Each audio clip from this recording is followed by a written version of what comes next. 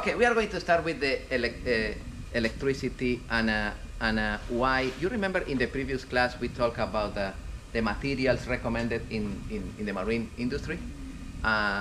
What type of alloys are good, what type of alloys are not good. What is the most famous alloys, ferrous alloys used in the marine industry? Stainless steel, series? 304, 316. Thank you, Mr. Javier. What is, give me two examples of good non-ferrous alloys used. Non-ferrous. What is the alloy of the propellers, the inboard propellers? Nibral. What is the name of the alloy for the shaft of the propellers? You remember? Aqualloy 17, Aqualloy. Tobin bronze, naval bronze. Those are non-ferrous alloys. Remember that the periodic table is divided in this section. Those elements are metals, and those non-metals. And where are located the most interesting metals? The group. That section, no? What is the name of those metals? Transition metals. How many electrons have the metals in this group, in the last orbit? In the last orbit? Two. And this one? 3, 4, 5, 6, 7, and 8. Okay, I have a question. And what about those elements? How many electrons in the last orbit? This one? 3. And this group? Zinc, cadmium, and mercury. 2 electrons in the last orbit. I have a question. Suppose that you have a motorcycle, and you need to stay here at 7 o'clock in the morning every day for the class, and you live in Pompano. What do you think is better?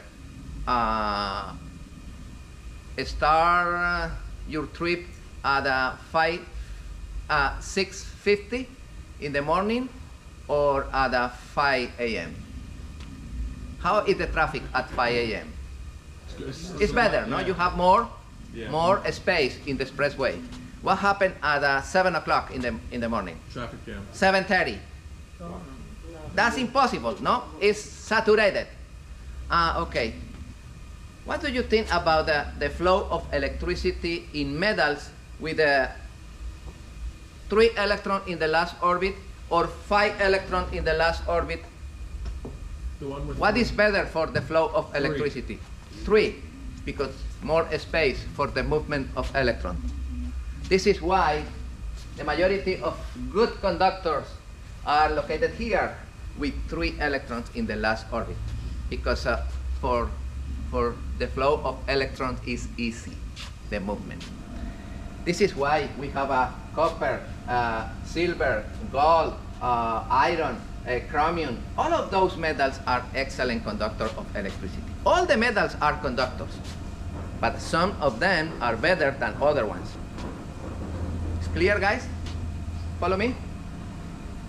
What is the best conductor here?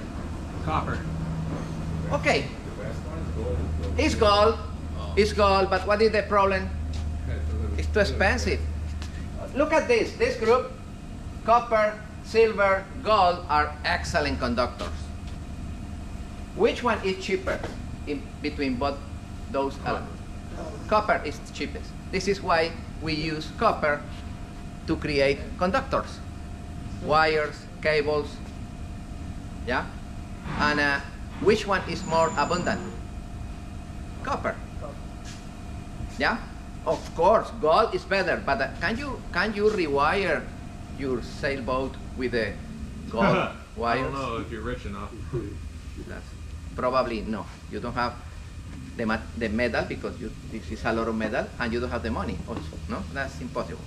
Okay, but copper is a great conductor, and this is why we are going to use copper in the majority of our cables.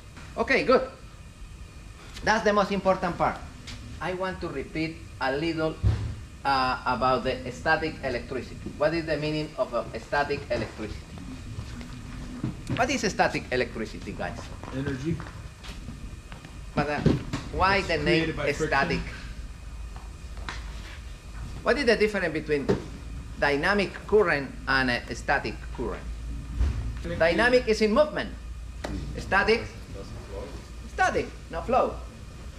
Okay. How you think is created Friction. static electricity? Friction. Friction is a good example. Other source of static electricity. Correct. Look at this. Suppose that I have a refrigerator. The refrigerator in my home. You remember when you buy a new appliance, you receive the appliance, you remove the box, new appliance, and you see one small green cable in the body of the frame. What is the function of that green cable connected in the body? Round out the static. To drain static electricity. Drain where? On the ground. The ground of your home or the ground of your boat, the grounding. Ah, okay. Suppose that I connect my refrigerator, new one.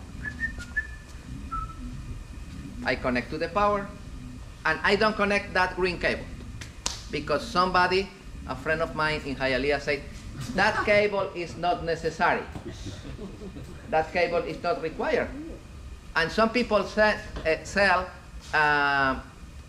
extension cords, power extension cords without the ground cable. They eliminate the ground cable because they consider that the ground is not necessary.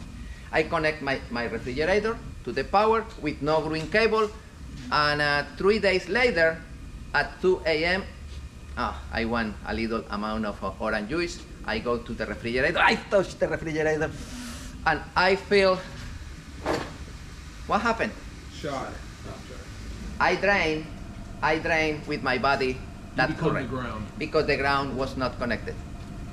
How that amount of current was stored in the case of that equipment? Of course, when you plug it, what happened? It turns the engine on. The motor, the compressor is spinning, no? Bam, bam, bam, bam, bam. When the motor is spinning at high speed, the rotor, what happened with some charge? Jumped for centrifugal force and storage on the case and stay on the case out there until one guy touched the body and drained the current. Nice, no?